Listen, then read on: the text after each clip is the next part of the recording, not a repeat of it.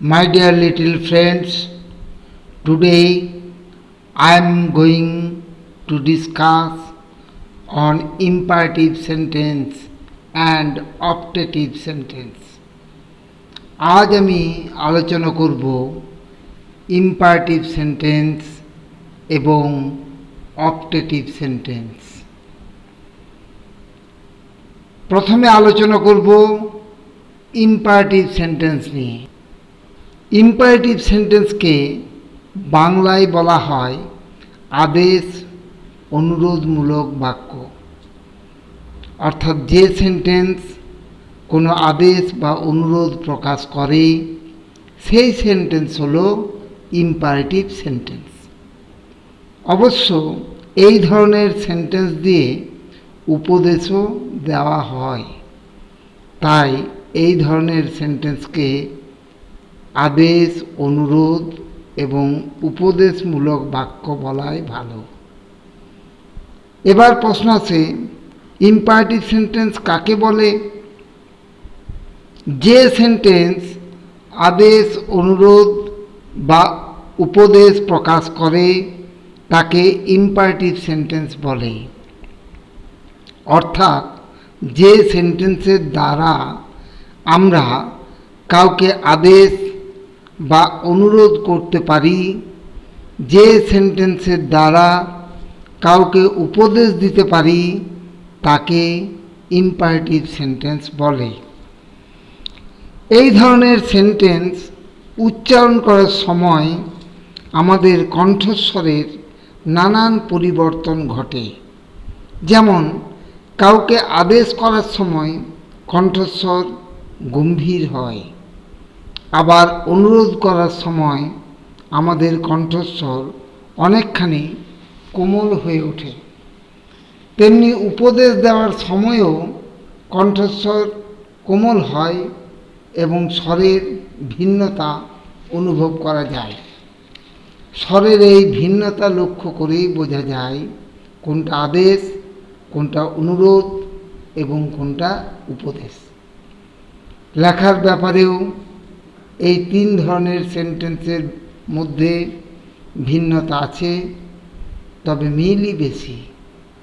সব ধরনের ইম্পারেটিভ সেন্টেন্সেই যেহেতু সাবজেক্ট তুমি বা তোমরা কিংবা আপনি বা আপনারা, অর্থাৎ সাবজেক্ট ইউ হয় ইংরেজিতে, তাই এই ধরনের সেন্টেন্সেও ইউ উহ্য থাকে বাহুল্য হওয়ার কারণে। ফলে এই ধরনের বাক্য শুরু হয় সাবজেক্ট দিয়ে নয়, ভার্ব দিয়ে শুরু হয়। ভার্ব দিয়ে শুরু হয়, তারপর অবজেক্ট থাকে। অবশ্য অনুরোধমূলক বাক্য অনেক সময় অনুরোধ সূচক শব্দ প্লিজ বা কাইন্ডলি দিয়েও শুরু হয়, তারপর যথারীতি ভার্ব এবং অবজেক্ট থাকে। উদাহরণ দিয়ে বিষয়টি পরিষ্কার করা যেতে পারে। যেমন ওপেন দ্য ডোর, দরজাটি খোলো। এই বাক্যে দেখো প্রথমে রয়েছে ভার্ব ওপেন, তারপর অবজেক্ট দ্য ডোর। বাক্যটি উচ্চারণ করলেই বোঝা যাবে স্বর গম্ভীর। তাই এই ধরনের বাক্যের দ্বারা যে আদেশ করা হচ্ছে তা বোঝা যায়, অর্থাৎ বাক্যটি দ্বারা অর্ডার বা আদেশ প্রকাশ পাচ্ছে। আবার একটি বাক্য দেখো, please give me a glass of water. Please give me a glass of water, দয়া করে আমাকে এক গ্লাস জল দিন বা দয়া করে আমাকে এক গ্লাস জল দাও। বোঝাই যাচ্ছে এটি অনুরোধমূলক বাক্য, স্বর অনেকখানি কোমল হয়েছে।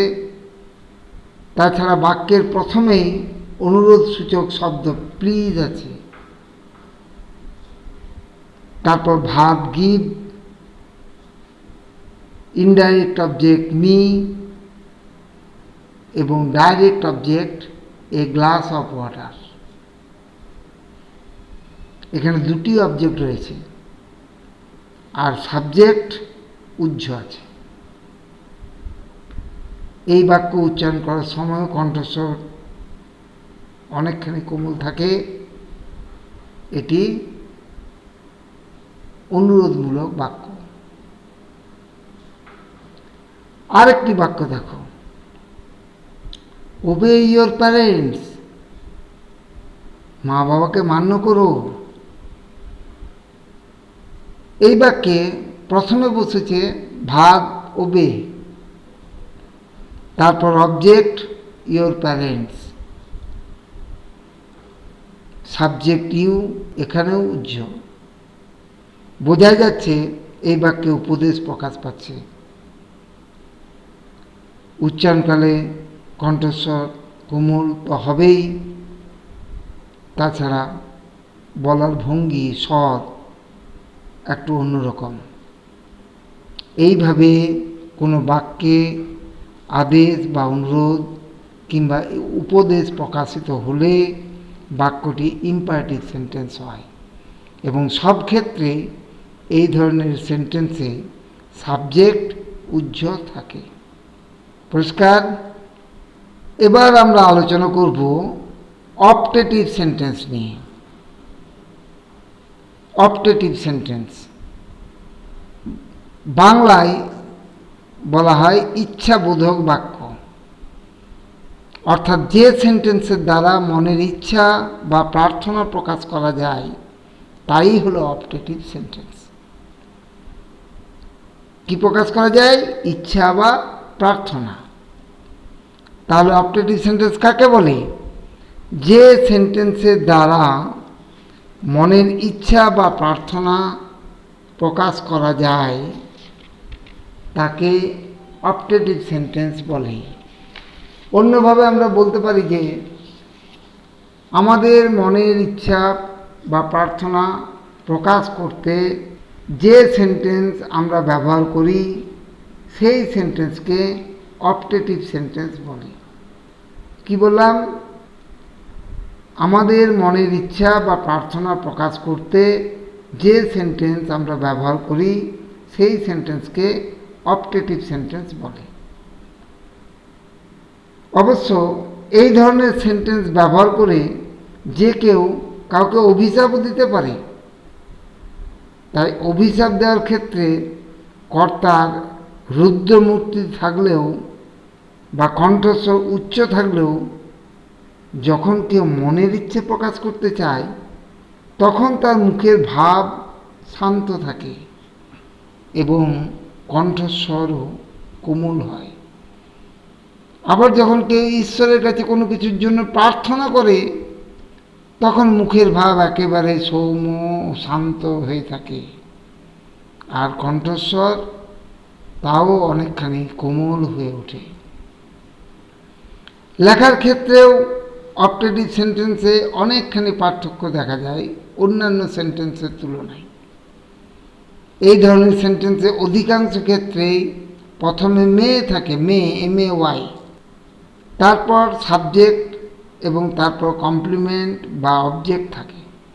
অনেক ক্ষেত্রে মে উহ্যও থাকে, যেমন ইউ উহ্য ছিল ইম্পারেটিভ সেন্টেন্সে, সেরকম অপটেটিভ সেন্টেন্সে অনেক ক্ষেত্রে মে উহ্য থাকে। আবার ঈশ্বরকে প্রার্থনা করার ব্যাপার থাকলে সাবজেক্ট হয়ে ওঠে গড। যেমন মে গড ব্লেস ইউ, ঈশ্বর তোমায় আশীর্বাদ করুন, মে গড ব্লেস ইউ। এই বাক্যটি যে ঈশ্বরের কাছে প্রার্থনা প্রকাশ করতে ব্যবহৃত হয়েছে তা বুঝতে অসুবিধা হয় না। তাই অপটেটিভ সেন্টেন্সের নিয়ম অনুযায়ী বাক্যের প্রথমে বসেছে মে এবং সাবজেক্ট হয়ে বসেছে গড,